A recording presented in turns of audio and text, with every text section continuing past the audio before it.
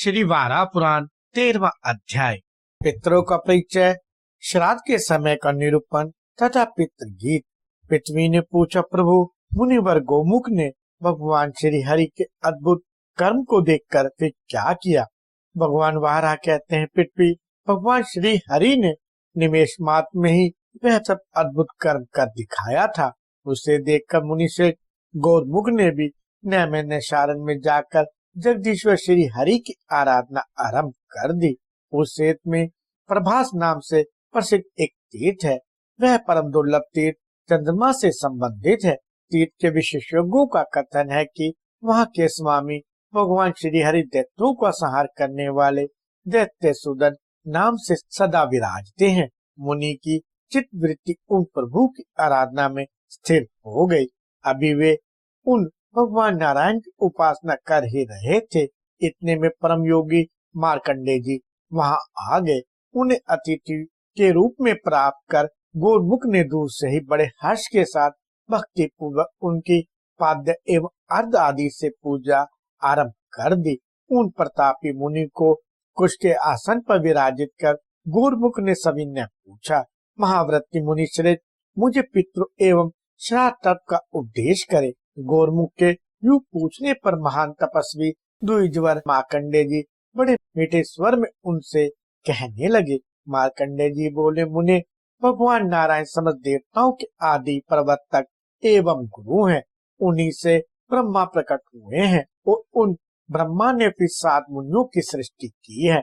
मुनियों की रचना करके ब्रह्मा जी ने उनसे कहा, तुम मेरी उपासना करो। सुनते हैं उन लोगों ने स्वयं अपनी ही पूजा कर ली। अपने पुत्रों द्वारा इस प्रकार कम विकृति देखकर ब्रह्मा जी ने उन्हें श्राप दे दिया। तुम लोगों ने ज्ञान अभिमान से मेरी जगह अपनी पूजा कर विपरीत आचरण किया है, अतः तुम्हारा ज्ञान नष्ट हो जाएगा। इस प्रकार शापग्रस्त हो जाने पर उन सभी ब्रह्म पुत्रों ने अपने वंश के प्रवर्तक पुत्रों को उत्पन्न किया और फिर स्वयं स्वर्गलोक चले गए। उन ब्रह्मवादी मुनियों के परलोकवासी होने पर उनके पुत्रों ने विधि पूर्वक श्राद्ध करके उन्हें तृप्त किया। उन पितरों की वैमानिक संज्ञा है। वे सभी ब्रह्मा जी के मन से प्रकट हुए हैं। उस मंत्र का उच्चारण करके पिंडदान करता है। यह देखते हुए वे वहां निवास करते हैं। गौरमुख ने पूछा, ब्राह्मण जितने पितर हैं और उनके श्राद्ध का जो समय है वह मैं जानना चाहता हूँ, तथा उस लोक में रहने वाले पितरों के गण कितने हैं, यह सब भी मुझे बताने की कृपा करें। मार्कंडेय जी कहने लगे, देवताओं के लिए सोमरस की वृद्धि करने वाले कुछ स्वर्ग निवासी पितर मरीचि आदि नाम से विख्यात है। उन श्रेष्ठ पितरों में 4 को मूर्त मूर्तिमा और 3 को अमूर्त बिना मूर्ति का कहा जाता है।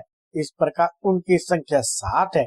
उनके रहने वाले लोग को तथा उनके स्वभाव को बताता हूँ, सुनो।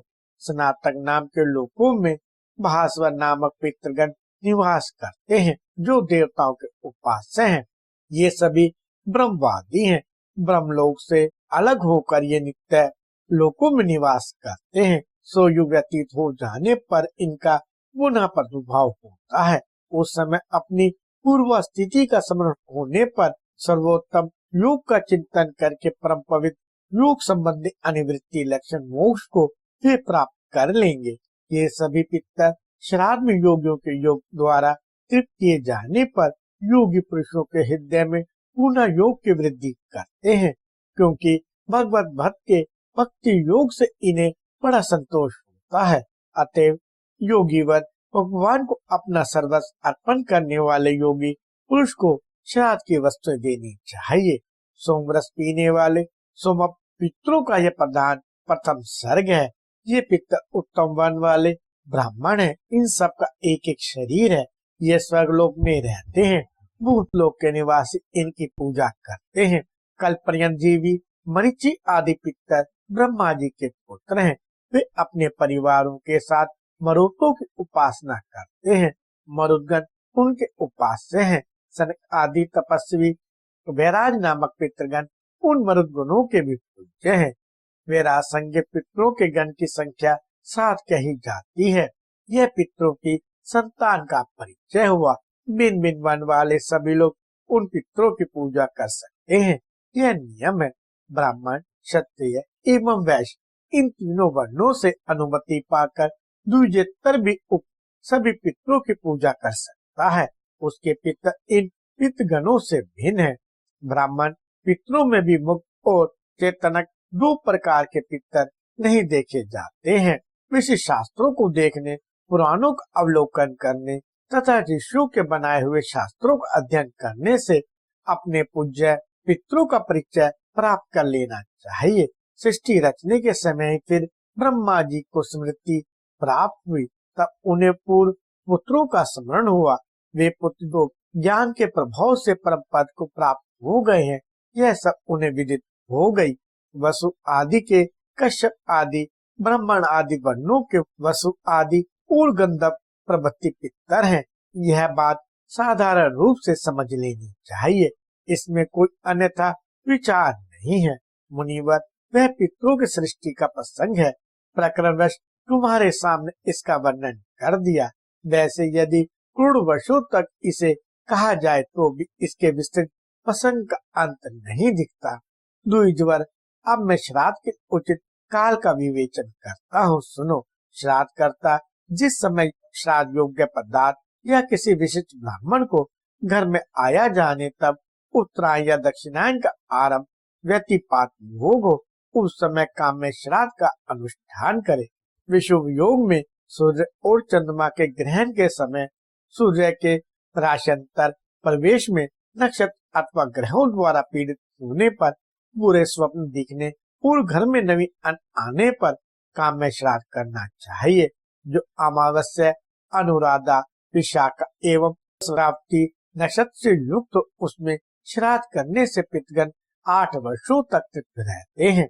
इसी प्रकार जो अमावस्या, पुष्य, पुनर्वसु या आर्द्रा नक्षत्र से युक्त हो, उसमें पूजित होने से पितृगण 12 वर्षों तक तृप्त रहते हैं। जो पुरुष देवताओं एवं पितृगण को तृप्त करना चाहते हैं, उनके लिए घनिष्ठा, पूर्वाभाद्रपद अथवा शतविशा से युक्त अमावस्या अत्यंत दुर्लभ है। ब्राह्मण श्रेष्ठ, जब अमावस्या इन उपयुक्त 9 नक्षत्रों से युक्त होती है, उस समय किया हुआ श्राद्ध पितृगणों को अक्षय तृप्ति कारक होता है। वैशाख मास के शुक्ल पक्ष की तृतीया, कार्तिक के शुक्ल पक्ष की नवमी, भाद्रपद के कृष्ण पक्ष की त्रयोदशी, माघ मास की अमावस्या, चंद्रमा अथवा सूर्य के ग्रहण के समय तथा चारों अष्टकाओं में अथवा उत्तरायण या दक्षिणायन के आरंभ के समय जो मनुष्य एकाग्रचित से पितरों को तिल मिश्रित जल भी दान कर देता है, वह मानो सहस्त्र वर्षों के लिए श्राद्ध कर देता है। यह परम रहस्य स्वयं पितृगणों का बताया हुआ है। कदाचित माघ की अमावस्या का यदि शतभिक्षण नक्षत्र से योग हो जाए तो पितृगण की तृप्ति के लिए यह परम उत्कृष्ट काल होता है। द्विजवर, अल्प पुण्यवान पुरुषों को ऐसा समय नहीं मिलता, और यदि उस दिन घनिष्ठा नक्षत्र का योग हो जाए तो उस समय अपने कुल में उत्पन्न पुरुष द्वारा दिए हुए अन्न एवं जल से पितृगण 10,000 वर्ष के लिए तृप्त हो जाते हैं। तथा यदि माघी अमावस्या के साथ पूर्वाभाद्रपद नक्षत्र का योग हो और उस अवसर पर पितरों के लिए श्राद्ध किया जाए तो इस क्रम से पितृगण अत्यंत तृप्त होकर पूरे युग तक सुखपूर्वक शयन करते हैं। गंगा, शद्रु, विपाशा, सरस्वती और नैमिषारण्य में स्थित गोमती नदी में स्नान कर पितरों का आदर पूर्वक तर्पण करने से मनुष्य अपने समस्त पापों को नष्ट कर देता है।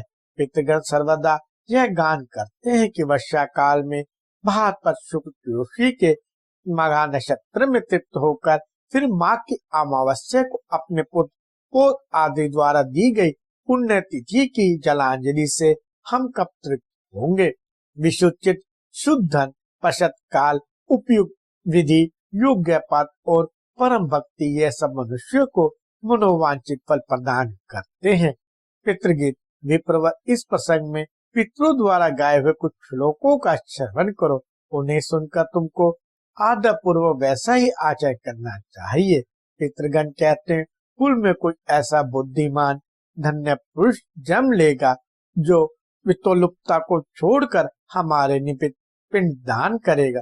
संपत्ति होने पर जो हमारे उद्देश्य से ब्राह्मणों को रथ, वस्त्र, याद एवं संपूर्ण भोग सामग्रियों का दान करेगा, अथवा केवल अनवस्तमात वैभव होने पर श्राद्ध काल में भक्ति विनम्र चित्त से श्रेष्ठ ब्राह्मणों को यथाशक्ति भोजन ही कराएगा, या अन्न देने में भी असमर्थ होने पर ब्राह्मण श्रेष्ठों को वन्य फल मूल, जंगली शाक और थोड़ी सी दक्षिणा ही देगा। यदि इसमें भी असमर्थ रहा तो किसी भी द्विश्रेष्ठ को प्रणाम करके एक मुट्ठी काला तिल ही देगा, अथवा हमारे उद्देश्य से पृथ्वी पर भक्ति एवं नम्रता पूर्वक 7-8 तिलों से युक्त जलांजलि ही देगा।